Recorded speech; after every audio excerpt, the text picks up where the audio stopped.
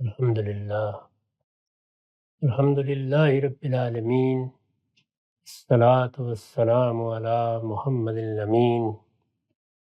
اعوذ باللہ من الشیطان الرجیم، بسم اللہ الرحمن الرحیم۔ خواتین و حضرات، ہم سورہ حج میں آیت 63-64 کا مطالعہ کر رہے ہیں۔ یہ وہی اللہ کی نصرت کا مضمون ہے۔ وعدہ فرمایا کہ میں نے تمہیں جس ابتلا میں ڈالا ہے وہ اسی قانون کے تحت ہے جو اس پورے عالم میں کار فرما ہے۔ اس وقت تم مظالم کا ہدف بنے ہوئے ہو، اللہ نے تمہاری مدد کا فیصلہ کر لیا ہے۔ اب تم بھی اللہ تعالیٰ کی طرف سے اگر کوئی بدلہ لینا چاہتے ہو تو لے سکتے ہو۔ اللہ بھی تمہاری مدد کرے گا۔ اپنی طرف سے کوئی زیادتی کرنے سے البتہ ہمیشہ اجتناب کرو۔ اللہ کی یہ مدد ہر حال میں حاصل ہو جائے گی۔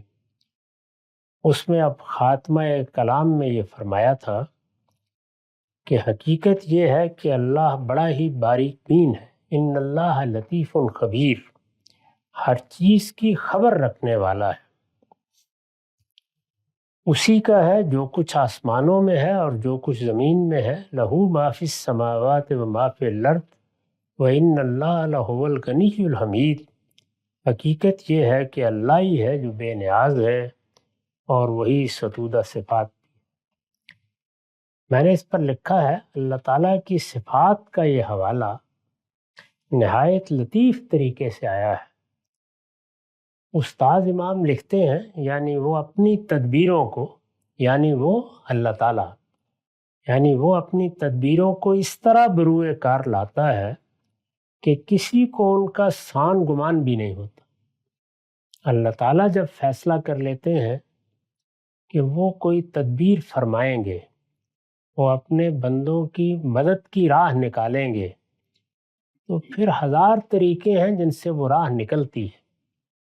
وہ جب مدد کا فیصلہ کر لیتے ہیں تو تمام معاملات اس کے مطابق ہونے لگ جاتے ہیں۔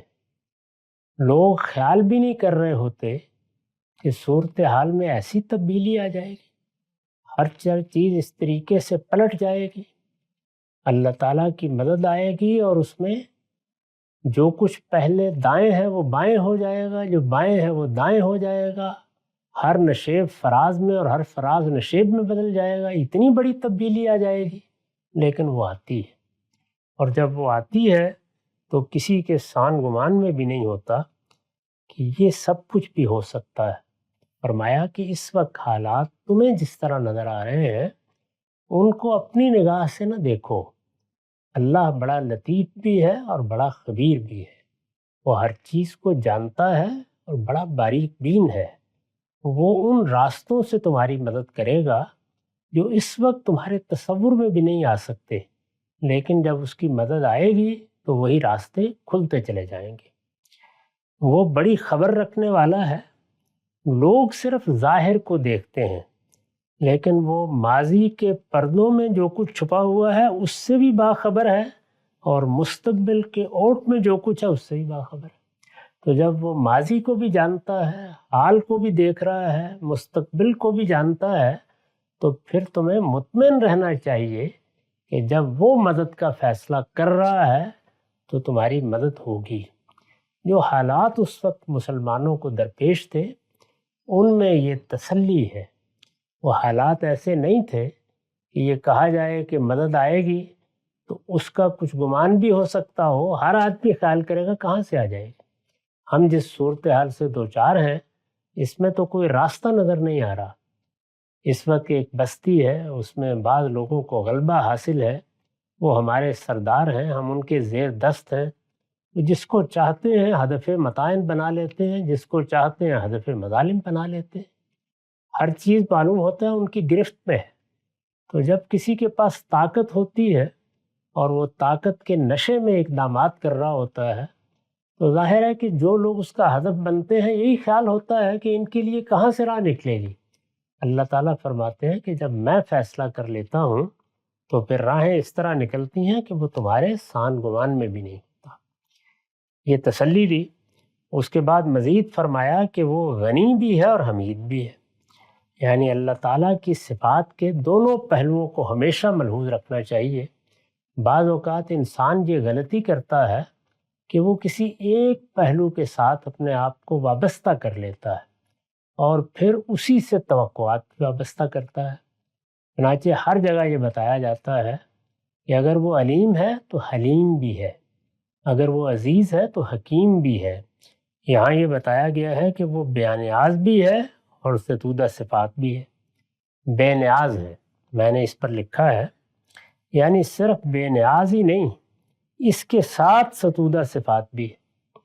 یعنی یہ صحیح ہے کہ اس دنیا کے ایک گوشے میں تم اس کی ایک مخلوق ہو، اس کی ہزاروں لاکھوں مخلوقات ہیں۔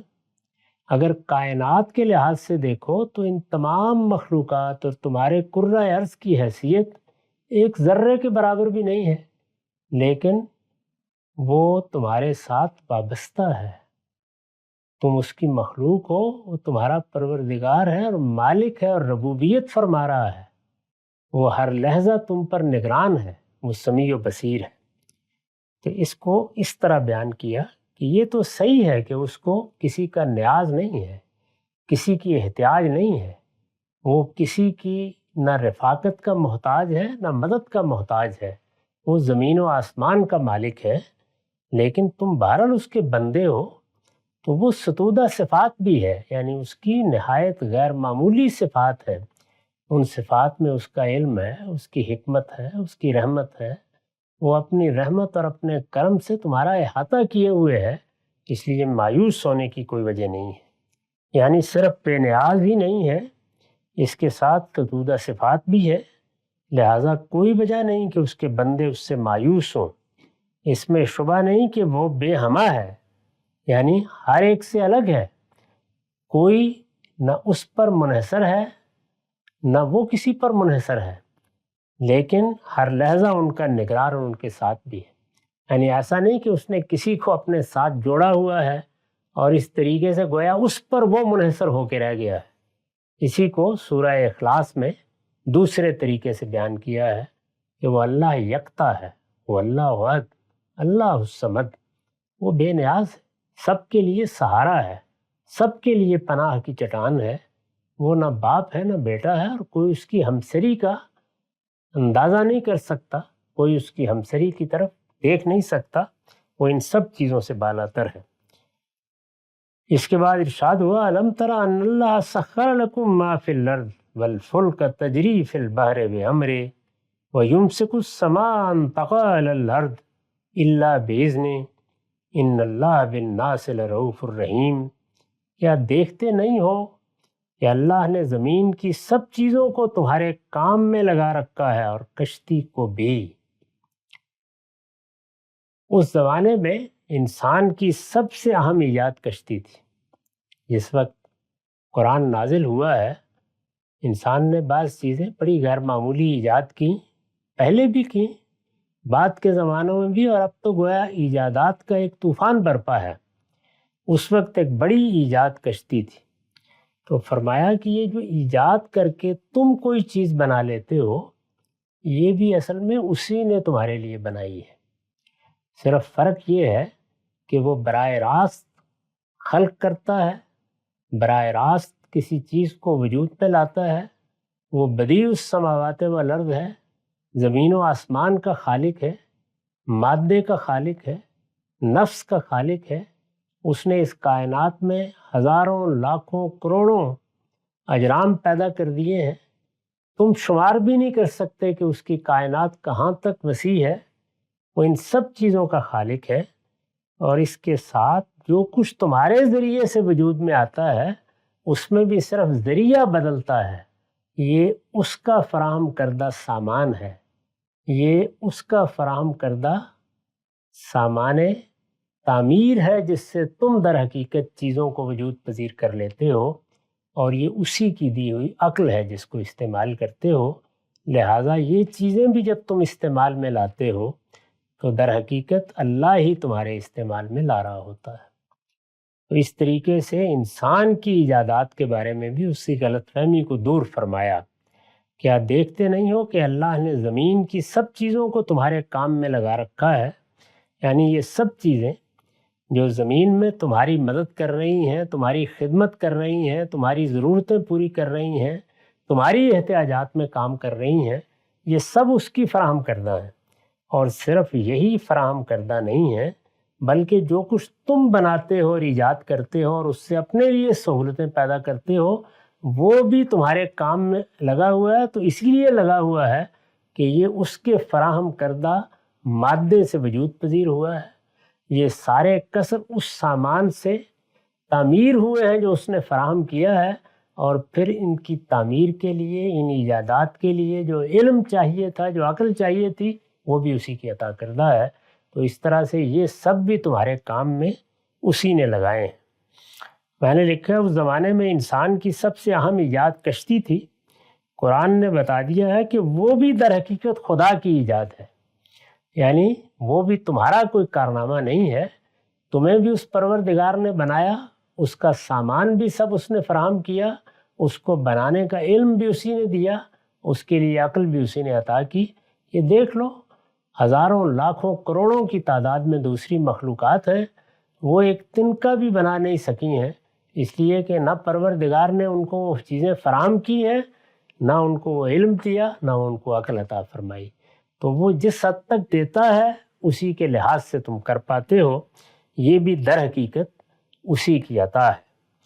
اس زمانے میں انسان کی سب سے اہم ایجاد کشتی تھی. قرآن نے بتا دیا ہے کہ وہ بھی در حقیقت خدا کی ایجاد ہے، اسی کے حکم سے سمندر میں چلتی ہے. اس زمانے کی یعنی ہمارے زمانے کی غیر معمولی ایجادات کو بھی اسی پر قیاس کر لیجیے. یعنی اگر قرآن اب نازل ہوتا تو وہی ان ایجادات کو بھی سامنے لا کر شمار کر کے یہی بات کہتا کہ کیا دیکھتے نہیں ہو کہ اللہ نے زمین کی سب چیزوں کو تمہارے کام میں لگا رکھا ہے، اور یہ فلاں کو بھی اور فلاں کو بھی اور اس کو بھی اور اس کو بھی اور کشتی کو بھی. پھر بتایا کہ والفلک تجری فی البحر بامرہ، وہ اس کے حکم سے سمندر میں چلتی ہے. یعنی یہ تم بنا لیتے ہو، اس قانون کو سمجھ لیتے ہو جس کے تحت وہ چلے گی، لیکن کیا خیال ہے تمہارا کہ اگر وہ اپنے قانون کو تبدیل کر دے تو لمحے بھر میں تمہاری یہ ایجادات بھی غرقاب ہو جائیں. یہ ساری اس قانون کے سہارے پر کھڑی ہیں، اور یہ قانون اسی کا بنایا ہوا ہے. وہ اس کے حکم سے سمندر میں چلتی ہے، یعنی اس کے قانون کے مطابق. اگر وہ قانون وہاں موجود نہ ہو، وہ قاعدے ملحوظ نہ ہو، کائنات کو اس طرح ریاضیاتی طور پر اس نے مستحکم نہ رکھا ہو، تو پھر ان میں سے کوئی چیز بھی نہ وجود پذیر ہو سکتی ہے، نہ وہ سب کچھ کر سکتی ہے جو اب تم کرتے ہوئے دیکھتے ہو. وہ اس کے حکم سے سمندر میں چلتی ہے. وَيُمْسِكُ السَّمَاءَ أَن تَقَعَ عَلَى الْأَرْضِ، اور وہ آسمان کو تھامے ہوئے ہے کہ مبادا زمین پر گر پڑے. یعنی یہ وہی ہے جو اس کائنات کو اس طرح مستحکم رکھے ہوئے ہے، ورنہ چشم زدن میں سب کچھ درم برم ہو جائے گا.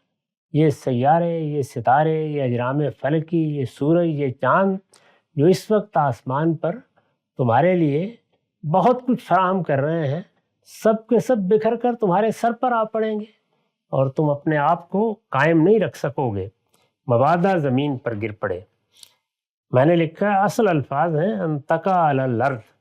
ان میں ان سے پہلے ایک مضاف عربیت کے اسلوب پر حذف ہو گیا ہے، جس کو میں نے مبادا کے لفظ سے ادا کیا ہے. یعنی ایسا نہ ہو، ہمیشہ متنبع رہو. یہ کائنات اس وقت تمہیں بڑی محکم نظر آتی ہے، لیکن اسی زمین میں جہاں عمارتیں کھڑی کرتے ہو، جہاں خود رہتے ہو، جہاں چلتے پھرتے ہو، جہاں اطمینان کے ساتھ اس کے قوانین کا مطالعہ کر کے معلوم نہیں کیا کچھ بنا ڈالتے ہو، ایک مرتبہ ہم اس کو ہلا دیتے ہیں، زلزلہ خاص حد سے آگے بڑھ جاتا ہے، تم بے بسی سے دیکھتے رہ جاتے ہو، ہر چیز زمین بوس ہو جاتی ہے. تو یہ گویا زمین کے اوپر کھڑی ہوئی چیزوں کو گرا دینا ہے، اسی کو یہاں تعبیر کیا. اور وہ آسمان کو تھامے ہوئے ہے کہ مبادا زمین پر گر پڑے. فرمایا الا یہ کہ وہی اس کا اذن دے، یعنی تھامے ہوئے ہے. اگر کسی موقع پر اس کا اذن ہو گیا کہ اب تھامنے کی ضرورت نہیں ہے، تو وہ منظر اپنی آنکھوں سے دیکھتے ہوئے اس کی بارگاہ میں حاضر ہو جاؤ گے جس کی تصویریں قیامت کے باب میں کھینچی گئی ہیں۔ یہ سورج چاند میں جا پڑے گا، یہ پہاڑ روئی کے گالوں کی طرح اڑ رہے ہوں گے، اور کوئی چیز نہیں ہوگی جس کو تم سنبھال سکو الا یہ کہ وہی اس کا اذن دے۔ فرمایا ان اللہ بالناس لرؤوف الرحیم، یقیناً اللہ لوگوں پر بڑا ہی مہربان ہے، اس کی شفقت ابدی ہے۔ حاشیہ ہے، مطلب یہ ہے کہ اس کی مہربانی اور شفقت ہے کہ زمین و آسمان قائم ہے اور ان کی یہ سب چیزیں تمہاری خدمت میں لگی ہوئی۔ تو یہاں ایک طرف صحابہ کرام کو جو اس وقت قرآن کے مخاطبین ہیں تسلی دی، پھر اپنی قدرت اپنی حکمت کے معاملے میں ان کو توجہ دلائی، جو حالات انہیں درپیش تھے ان میں بتایا کہ تمہارا معاملہ اس پروردگار کے ساتھ ہے جس کی یہ شانیں ہیں، جس کی یہ قدرت ہے، جس کی یہ حکمت ہے۔ اس کی شانوں کو بھی سمجھو، اس کی صفات کو بھی سمجھو، اور یہ بھی جانو کہ اس نے اس دنیا میں اگر ظلم کو مہلت دے رکھی ہے تو اس کا قانون کیا ہے۔ جب یہ ساری بات سمجھ لو گے تو پھر چیزوں کو ان کے صحیح پس منظر میں دیکھ سکو گے اور صحیح زاویے سے ان کا مطالعہ کرو گے۔ یہ جو تم پر کبھی مایوسی طاری ہو جاتی ہے تو اس کی وجہ اس کے سوا کچھ نہیں ہے کہ تم اپنے ناقص مطالعے کی بنیاد پر جلد بازی میں آراء قائم کرتے ہو۔ توجہ دلائی کہ اس کی مہربانیوں اور اس کی شفقتوں کی طرف توجہ رکھو، اور یاد رکھو کہ وہی ہے جس نے تم کو اس سے پہلے زندگی دی۔ وَهُوَ الَّذِي أَحْيَاكُمْ، وہی ہے جس نے تمہیں زندگی دی۔ ثُمَّ يُمِيتُكُمْ، پھر وہی مارتا ہے۔ ثُمَّ يُحْيِيكُمْ، پھر وہی تم کو زندہ کرے گا۔ وہی ہے جس نے تم کو زندگی دی، پھر مارتا ہے، پھر تم کو زندہ کرے گا۔ ان الانسان لکفور، حقیقت یہ ہے کہ انسان بڑا ہی ناشکرا ہے۔ یعنی یہ سب چیزیں اس کے سامنے ہیں، وہ ان کا مطالعہ کرتا ہے، ان کا مشاہدہ کرتا ہے، ان کو دیکھتا ہے۔ وہ اگر صحیح زاویے سے دیکھے تو اس کے ایک ایک لمحے میں شکر گزاری ہی شکر گزاری ہو۔ وہ کبھی پروردگار سے بے نیاز ہو کر اور بے پرواہ ہو کر نہ کھڑا ہو جائے۔ وہ دیکھتا ہے لیکن بصیرت کی نگاہ سے نہیں دیکھتا، دیکھتا ہے مگر ان کے اندر اتر کر حقیقت کو نہیں جانتا۔ انسان بعض اوقات ٹھڑدلا ہو جاتا ہے، اس کا نتیجہ ناشکری ہے۔ ارشاد فرمایا کہ ان الانسان لکفور، یعنی یہ نعمتیں ہیں، یہ قدرتیں ہیں، یہ اللہ تعالیٰ کی حکمت بالغہ ہے، اس طرح سے اس نے چیزوں کو تمہارے کام میں لگایا ہے اور وہ اس مہربانی اور شفقت کے ساتھ معاملہ کر رہا ہے، اس کے باوجود انسان بڑا ہی ناشکرا ہے۔ میں نے لکھا ہے مطلب یہ ہے کہ خدا کی رافت و عنایت سے جو نعمتیں انسان کو حاصل ہیں ان سے خدا کی معرفت حاصل کرنے، یہ نعمتیں کیوں دی گئی ہیں؟ ان کے ذریعے سے خدا کو پہچانا جائے، اس کی معرفت حاصل کی جائے۔ ان سے خدا کی معرفت حاصل کرنے، اس کا شکر ادا کرنے اور اس کی دی ہوئی مہلت سے فائدہ اٹھانے کے بجائے یہ کس قدر افسوس کی بات ہے کہ انسان ناشکرا ہو کر اس حقیقت کا انکار کیے جاتا ہے جسے پیغمبر نے پیش کیا۔ تو اس طرح صحابہ کو بھی تسلی دی، اور جو لوگ ابھی منکر بنے ہوئے تھے ان کو بھی توجہ دلائی کہ نہ زمین کو دیکھتے ہو، نہ آسمان کو دیکھتے ہو، نہ اپنی ذات کو دیکھتے ہو، نہ اپنے نفس کا مطالعہ کرتے ہو۔ جو کچھ تمہیں ملا ہے، جو کچھ میسر ہوا ہے، اس کو اپنا استحقاق سمجھے بیٹھے ہو۔ یہ اس کی رافت، اس کی رحمت، اس کا کرم اور اس کی نوازش ہے۔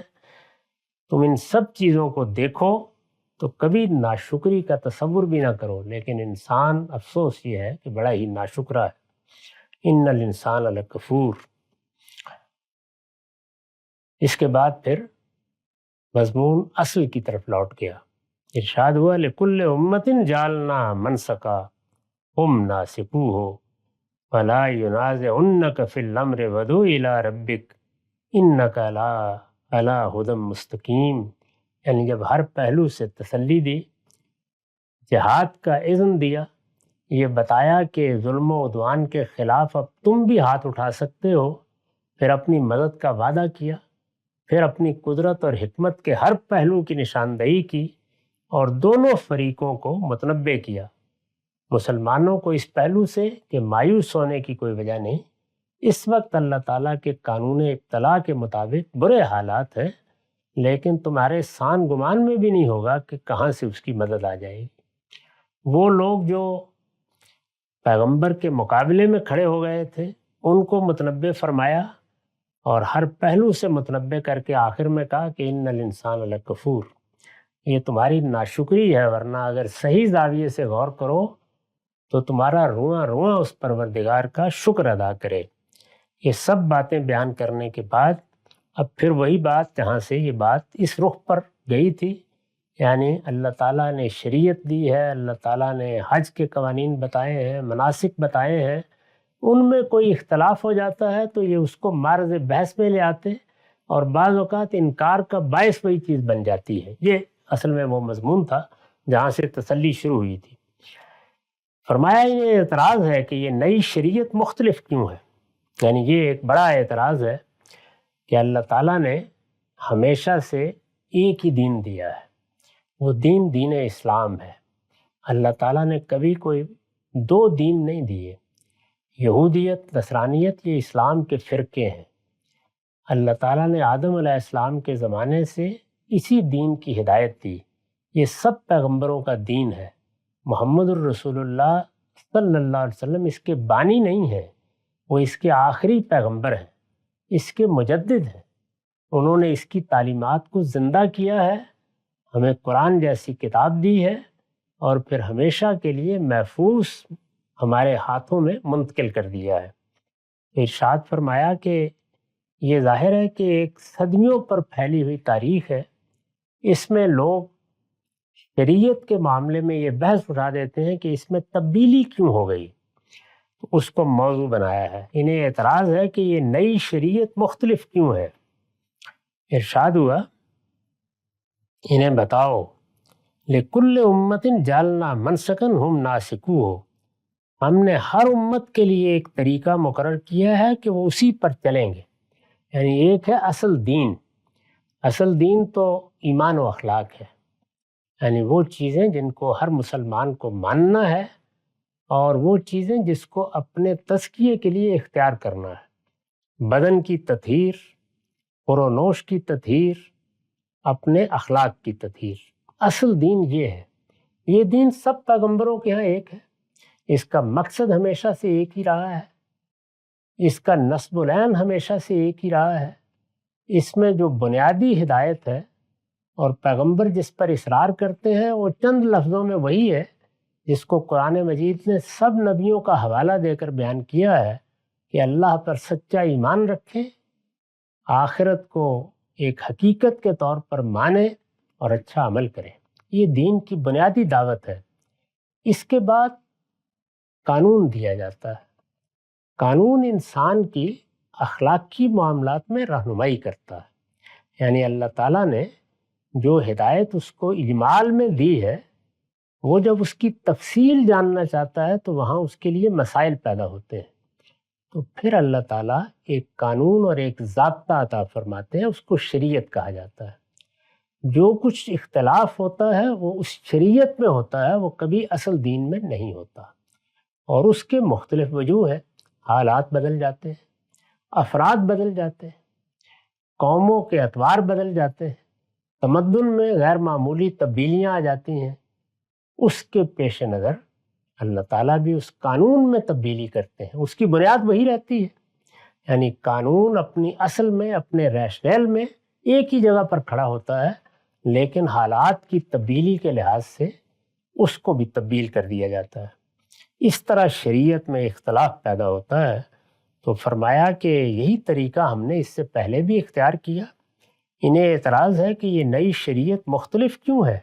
انہیں بتاؤ کہ ہم نے ہر امت کے لیے ایک طریقہ مقرر کیا ہے کہ وہ اسی پر چلیں گے، یعنی جس زمانے میں جو امت آئی ہے اس کو بنیادی دین دے کے جو طریقہ، جو شریعت، جو قانون دیا گیا ہے وہ اس کے حالات کے لحاظ سے دیا گیا ہے، تمہیں تمہارے حالات کے لحاظ سے، ان کو ان کے حالات کے لحاظ سے۔ میں نے اس کی وضاحت کی ہے، آیت میں اس کے لیے لفظ منسک استعمال ہوا ہے، یعنی یہاں شریعت کے لیے منسک کا لفظ استعمال ہوا ہے، اسی کی جمع مناسک ہے۔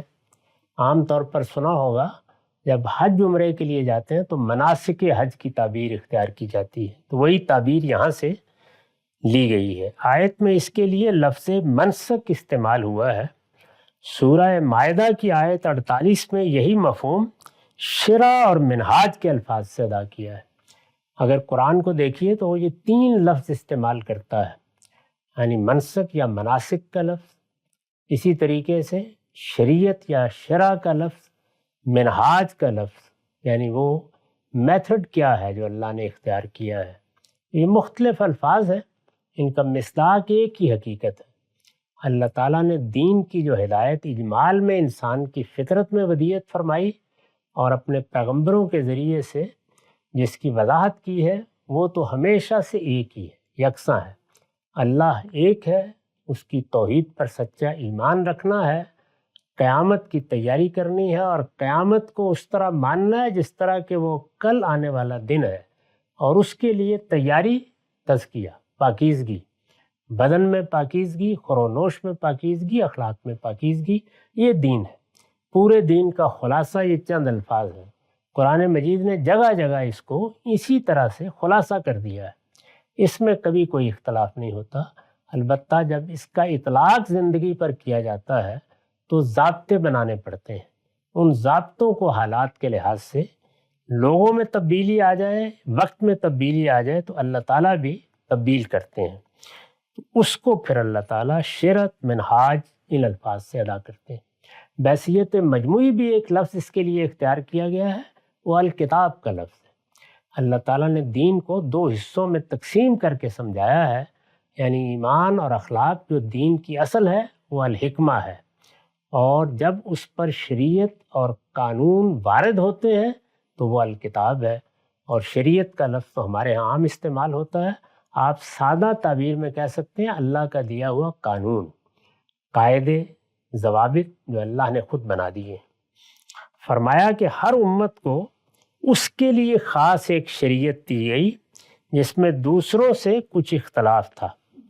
مائدہ میں اس کی حکمت یہ بیان فرمائی ہے کہ اس سے لوگوں کی آزمائش مقصود تھی، یعنی وہ پہلو تو ہے ہی کہ لوگوں کو تمدن کے لحاظ سے، احوال کے لحاظ سے اللہ تعالیٰ اپنے قانون میں تغیر کر کے مناسب احوال شریعت دیتا ہے، لیکن اس میں پھر ایک آزمائش بھی ہوتی ہے، یعنی ابتلا کا قانون۔ اس سے لوگوں کی آزمائش مقصود تھی کہ اللہ تعالیٰ دیکھے کہ کون ظواہر و رسوم کے تعصب میں گرفتار ہو کر حقائق سے موڑ لیتا ہے۔ یعنی ایک شریعت دی گئی، اب ظاہر ہے کہ وہ شریعت کیا ہے، وہ ظواہر و رسوم ہے۔ اللہ نے حقیقت کو سامنے رکھ کر حالات کے لحاظ سے اس میں تغیر کر دیا، تو اب یہ دیکھنا بھی مقصود ہوتا ہے کہ کون ان ظواہر اور رسوم میں الجھ جاتا ہے اور کون حق کا سچا طالب بنتا ہے اور اس کو، یعنی حق کو، ہر صورت میں قبول کرنے کے لیے تیار ہو جاتا ہے، اس لیے کہ وہ اس کے پروردگار کی طرف سے آیا ہے۔ تو فرمایا کہ ہم نے یہ طریقہ اس لیے اختیار کیا۔ انہیں اعتراض ہے کہ یہ نئی شریعت مختلف کیوں ہے؟ انہیں بتاؤ کہ ہم نے ہر امت کے لیے ایک طریقہ مقرر کیا ہے کہ وہ اسی پر چلیں گے۔ ہم نے اس وقت بھی یہی کیا ہے، یعنی جب آخری پیغمبر کو بھیجا ہے تو اس وقت بھی یہی کیا ہے۔ فَلَا يُنَازِعُنَّكَ فِي الْأَمْرِ، سو اس معاملے میں وہ تمہارے ساتھ ہرگز کوئی جھگڑا نہ کرنے پائیں۔ وَدُعُ إِلَىٰ رَبِّكَ إِنَّكَ لَعَلَىٰ هُدًى مُسْتَقِيمٍ، لہٰذا نظر انداز کرو اور اپنے پروردگار کی طرف بلاتے رہو، یقیناً تم سیدھے راستے پر ہو۔ اس میں یہ توجہ دلائی ہے، اس کو میں نے اس طرح بیان کیا ہے کہ یعنی انہیں اس معاملے میں مناظرے یا مجادلے کی کوئی راہ نہ ملے کہ اس طرح کی فروعات کو موضوع بحث بنا کر یہ اصل بات سے لوگوں کی توجہ ہٹا دیں۔ اصل بات کی طرف توجہ رہنی چاہیے اور وہ اصل دین پیش نظر رہے۔ باقی اللہ تعالیٰ بندوں پر شفقت فرماتے ہیں کہ ان کی حالات کی رعایت سے اس میں کبھی تخفیف کر دیتے ہیں، کبھی تبدیلی کر دیتے ہیں، کبھی کوئی ایسا تغیر کر دیتے ہیں جو اب ان کے حالات کے لحاظ سے مناسب ہوتا ہے۔ اقول قولی ھذا واستغفر اللہ لی ولکم ولسائر المسلمین۔